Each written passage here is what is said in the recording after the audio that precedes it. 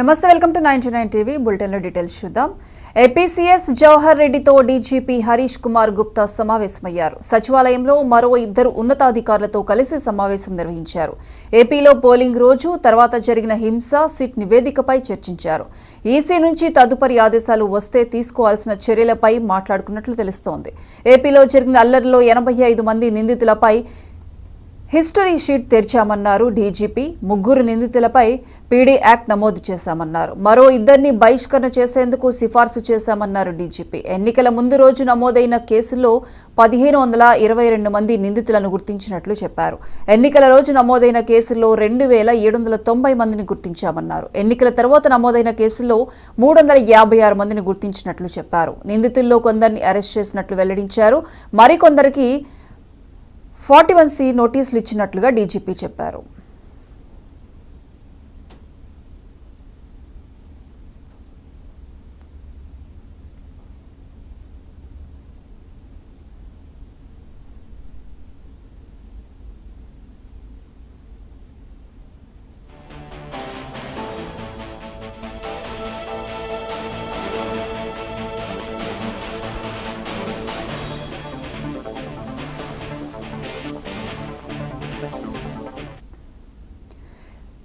APCS Jawahar రెడ్డితో DGP Harish Kumar Gupta సమావేశమయ్యారు. సచివాలయంలో మరో 2 ఉన్నతాధికారులతో కలిసి సమావేశం నిర్వహించారు. ఇక ఏపీలో పోలింగ్ రోజు ఆ తర్వాత జరిగిన హింస, సిట్ నివేదికపై చర్చించారు.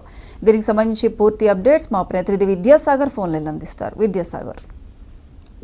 Good morning Priyanka. ఈ రోజు రాష్ట్ర సిఎస్ జవహర్ రెడ్డి అలాగే ముఖ్యంగా డీజీపీ హరీష్ కుమార్ గుప్తా తో పాటు ఇంటెలిజెన్స్ అధికారి అలాగే లా అండ్ ఆర్డర్ కి సంబంధించిన మరో అధికారి 4 కూడా సమావేశం జరిగింది. ఈ సమావేశానికి ముఖ్యంగా రాష్ట్రంలో ఎన్నికల సమయంలో, ఎన్నికల తర్వాత జరిగిన పరిణామాలు, తీవ్ర హింస నేపథ్యంలో ఎలక్షన్ కమిషన్ చాలా సీరియస్ గా తీసుకుని దీనికి సంబంధించి రాష్ట్ర ఎలక్షన్ కమిషన్ కు మన నేషనల్ ఎలక్షన్ కమిషన్ ఒక సిట్ ని ఏర్పాటు చేయడం జరిగింది. ఈ సిట్ దర్యాప్తు సంస్థ ఒక నివేదికను తయారు చేసి ఈ నివేదికను కూడా ఎన్నికల కమిషన్ సమర్పించడం జరిగింది. ఈ సిట్ నివేదికలో ఏమైతే సమర్పించారు, అసలు ఎన్నికల్లో జరిగిన గొడవలు, ఎన్నికల తర్వాత జరిగిన గొడవలకు సంబంధించి పోలీసులు వ్యవహరించాలి, అలాగే ప్రభుత్వానికి సంబంధించిన అధికారులు వ్యవహరించాలి. దీనికి సంబంధించి పూర్తి నివేదికను కూడా దీంట్లో పొందుపరచడం జరిగింది. ముఖ్యంగా చూసుకుంటే రాష్ట్రంలో 4 ప్రాంతాల్లో తిరుపతి జిల్లాలో ముఖ్యంగా చంద్రగిరికి సంబంధించిన నియోజకవర్గం, అలాగే పల్నాడుకు సంబంధించి, అలాగే మరో చోట కడప, అనంతపురం సంబంధించి ఈ ప్రధాన ప్రాంతాలలో తీవ్ర హింస చెలరేగింది. దీనికి సంబంధించి ఇప్పటికే కూడా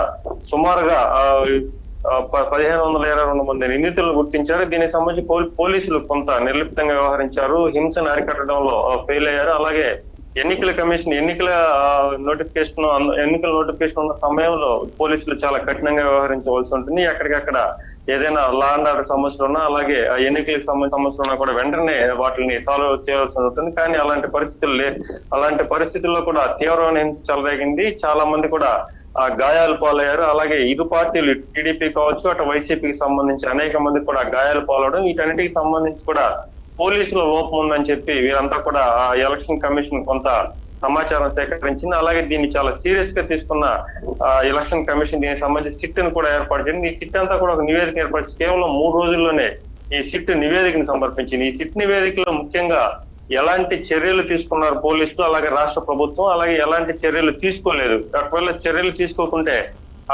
చర్యలు తీసుకునే అధికారులపై ఎలాంటి చర్యలు తీసుకోవాలి, శాఖాపరమైన చర్యలు, వీటన్నిటికి సంబంధించి కూడా సిట్ నివేదిక ఇచ్చింది. ఈ సిట్ నివేదిక ఇచ్చిన సందర్భంలో ఈ రోజు రాష్ట్ర సచివాలయంలో రాష్ట్ర సిఎస్ జవహర్ రెడ్డి, అలాగే డీజీపీ హరీష్ కుమార్ గుప్తా, ఇంటెలిజెన్స్ కి సంబంధించిన చీఫ్ అధికారి, అలాగే లా అండ్ ఆర్డర్ సంబంధించిన 4 అధికారులు కూడా చర్చించినట్టు తెలుస్తుంది. ముఖ్యంగా చూసుకుంటే మన రాష్ట్ర వ్యాప్తంగా మొత్తం మీద ఈ కేసులు ఎన్ని నమోదయ్యాయి, ఎలక్షన్ సంబంధించి ఎలక్షన్ కమిషన్ కి సంబంధించి ఈ వాటిని ఒకసారి మనం చూసుకుంటే ఇప్పటికే సుమారుగా 1522 మంది నిందితులు గుర్తించారు. దీనికి సంబంధించి 2790 మంది వరకు ఈ కేసుల్లో ఉండగా వాళ్ళలో కేవలం 356 మందిని మాత్రమే అరెస్ట్ చేసినట్టు, మిగతా వాళ్ళందరినీ కూడా తొందరగా అరెస్ట్ చేస్తామని చెప్పి పోలీసులు చెప్పారు. ముఖ్యంగా చూసుకుంటే వీళ్ళల్లో 85 మంది మీద హిస్టరీ షీట్ ఓపెన్ చేశారు. హిస్టరీ షీట్ వీళ్ళంతా ఎలక్షన్ సమయంలో వాళ్ళ గతంలో చూసుకుంటే వాళ్ళ చరిత్ర ఏదైనా క్రిమినల్ యాక్టివిటీస్ అందరి మీద 85 మంది మీద అయితే హిస్టరీ షీట్ ఓపెన్ చేయడం జరిగింది. ముఖ్యంగా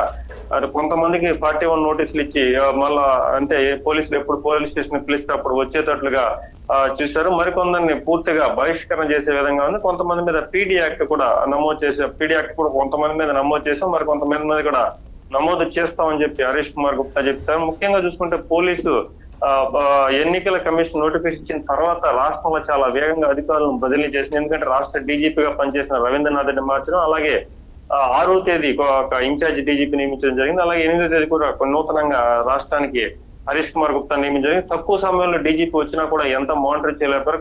కొన్ని చోట్ల మాత్రం పోలీసులు కొంత నిర్లక్ష్యంగా వ్యవహరించారు. ఎన్నికల సమయంలో చాలా ఫ్రీ అండ్